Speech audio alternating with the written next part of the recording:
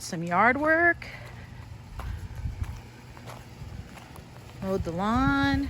Put some mulch down for our plants.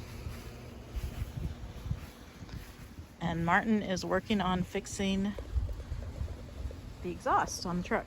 That is exactly with no heat shield on it. Whew. Pretty ugly. DPF trucks. They got the clamp re-welded. I'm not sure if I could even get this with this part shortage and everything, but it wasn't there's a spot weld over here, and that's not what failed. I had them tack it over here too, because if it does fail again where it cracked, it won't just, it'll still hold. But the material failed. It wasn't the weld itself. It was like this little spot weld that they have over there. It was the material itself. I think it was just kind of, somebody put this on backwards. This clamp was just on backwards up there. And I think they maybe put too much, it was like too much preload on it or something. I think there's a way of putting this on. It's like you have to put this on first, and then you take these little clips out and slide it through. And it's up there in that little bracket deal. And then you're just supposed to slide it in, so no harm, no foul. Crap happens. So I'm gonna go put this guy back on and put this heat shield back on so this truck quits looking so ugly. Ew. Yeah, just look at that. That's horrible.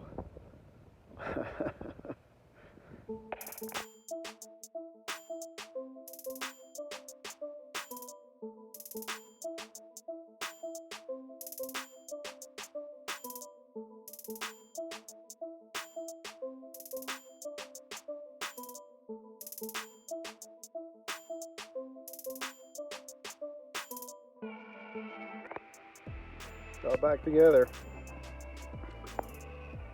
So what I did is I just put the clamp on here, left it loose, took the little C-clip out the bottom and slid this whole rod through there and put this bushing back in the middle and just tighten it down. And now it seems to be good. Hopefully the weld holds.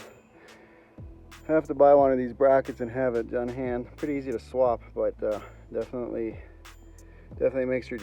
makes you have a bad day when you break it, because this whole exhaust just flops around. But this is a typical problem with Kenworths.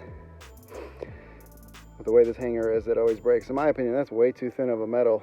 It's stainless, but it's way too thin of a metal for this heavy exhaust stack. So we're gonna put the heat shield back on now. I'll be done.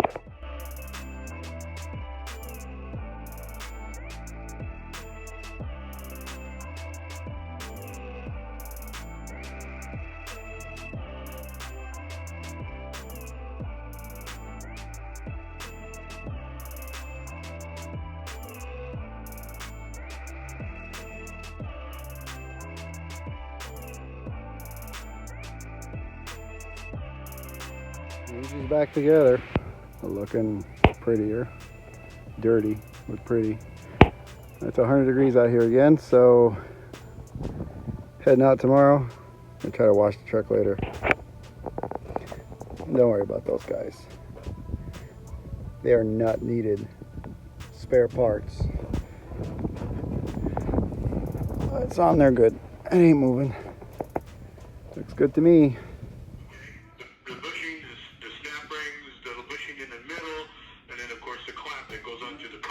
Okay. When you have them in stock.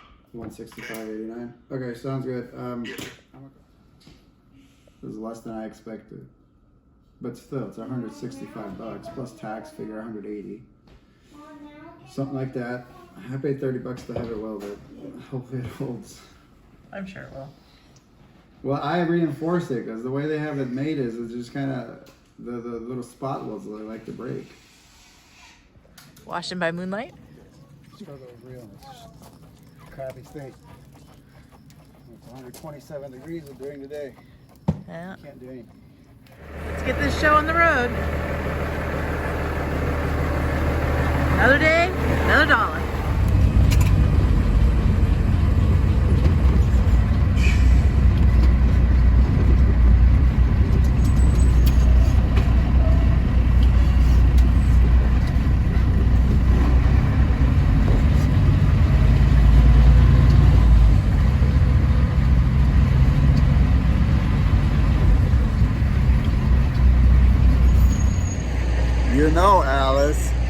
sure like these new trailers.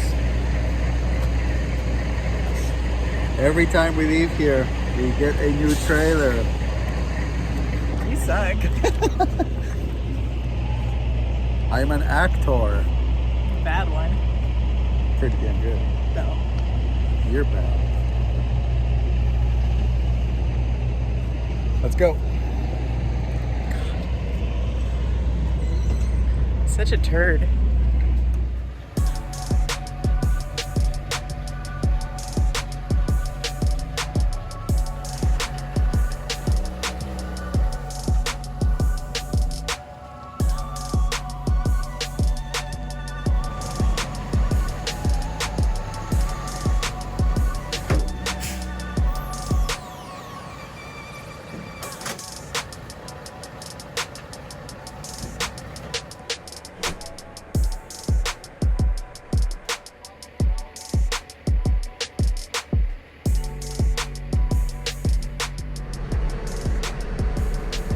Tells you where the landing gear is in case you need to know where you need to go to roll them up.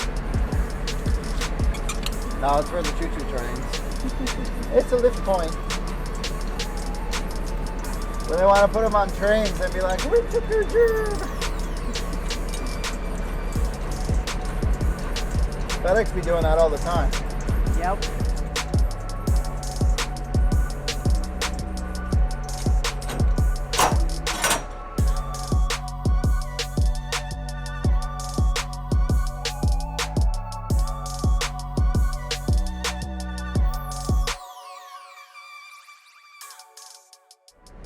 Hey guys, what's going on? Welcome back to another episode. It is Wednesday morning. We are here at SEVA in West Sacramento. Martin is doing a pre-trip right now. I'm talking to you guys, and we are getting ready to head on out to Denver for the first turn of the week. We had a great weekend off at home. Got the exhaust fixed on our truck, as you guys have already seen in the intro, and life is good. Can't complain. We're ready to hit it hard this week. Get those loads done and see how we compare in that great freight race. If you haven't tuned in yet, you're curious what we make here at SEVA, make sure you tune in to Nick's channel, Trucking California with Vlogs 18, on Sundays for the lives, and you will see how much money we are making, what we spend, and what our take-home pay actually is.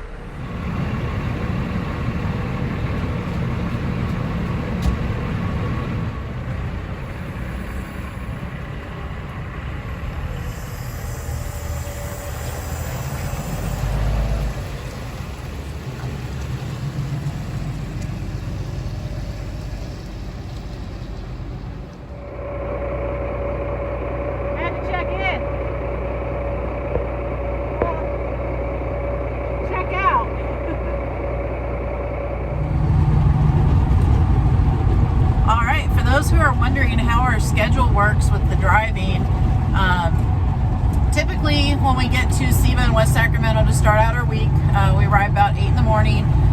Martin will drive out of SEVA and up and over Donner, so that's about, what, 2 hours drive time? Yes.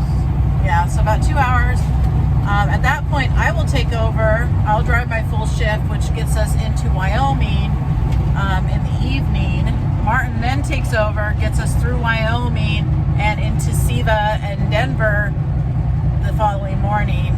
And depending on circumstances, I guess, usually he'll have an hour or two left over after getting us to SEVA, where he'll get us back into our first fuel stop in Wyoming.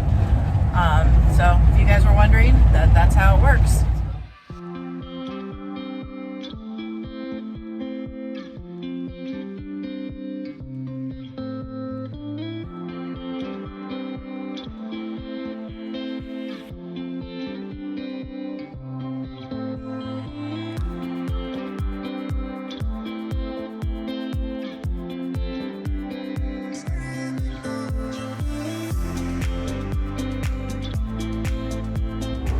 Truckers, don't run the scales.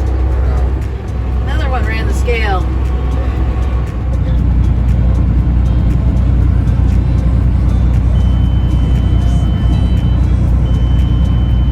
And that would be the red light. Oh, it's red light. We're going in today.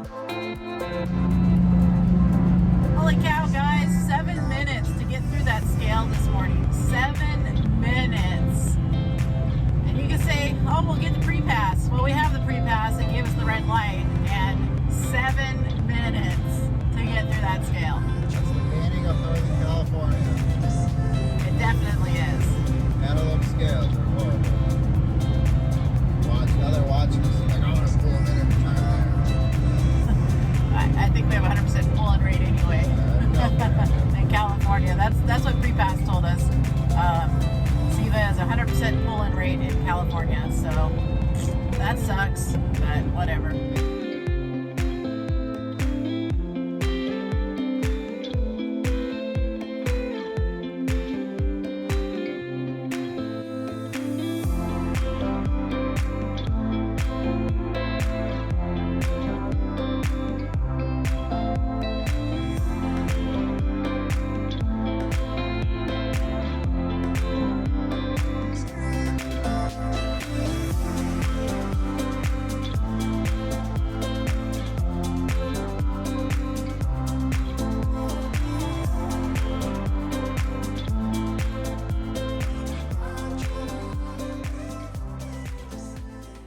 Got the Burning Man parade coming in here. Everybody's cars are covered in this weird white substance. Is it cocaine? Sure. Yeah, It's probably cocaine. Probably cocaine. I'm gonna go with it's cocaine. So, take it to the Blue Beacon. All right, we made it to Utah. We're at exit number 4. I don't know what this town's called, but it's the Bonneville Speedway exit 4. Trying out our new fueling plan here. We used to fuel when we'd leave Sacramento. We would stop and fuel in Wells for the first fuel stop of the trip. I'm getting tongue-tied there, sorry. The second fuel stop we did would be in Laramie, Wyoming on the way back. And then we do a third stop in Fernley, Nevada. We were not topping the tanks off at these stops. They were kind of strategic where we'd, throw 100 gallons here and there, whatnot. This time around, we're going to try to be a little bit more strategic on the cost of fuel and also for IFTA credits. So our first fuel stop is going to be here at the Sinclair in Utah. Second fuel stop will remain in Laramie at the Call Truck Stop. And then the third fuel stop will either be at the Maverick in Battle Mountain or possibly the Loves in Winnemucca. It all kind of depends on the pricing. Maverick's been less money than the Loves. We do get a discount at Loves. This fly will not leave me alone. We do get a discount at Loves. So the discount at the current price at Loves is right now is actually less than the Maverick.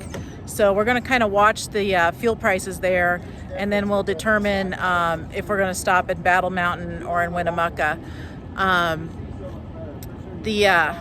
Oh my God, the flies here are horrible. Now I completely forgot what I was going to say. This sucks.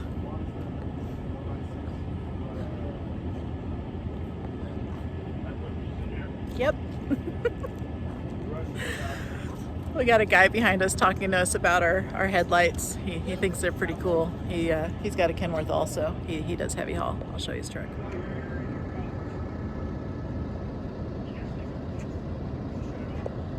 But yeah, so that's our fueling plan for this week. We'll see how it goes. Oh, that's what I was going to talk about. I was going to talk about the IFTA. The reason we're fueling this way is so we have a fuel stop in each of the states that we run most of our miles in. So we'll have a fuel stop in Nevada, we're going to have a fuel stop in Utah, and we're going to have a fuel stop in Wyoming.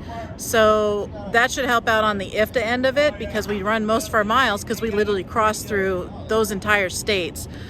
So we'll have a little bit of IFTA that we aren't buying fuel for Colorado, and then obviously in California also.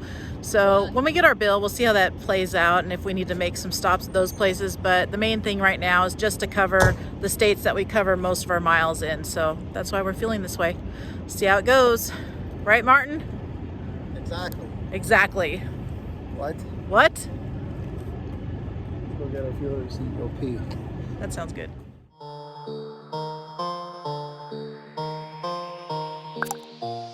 Pick it up, pick it up.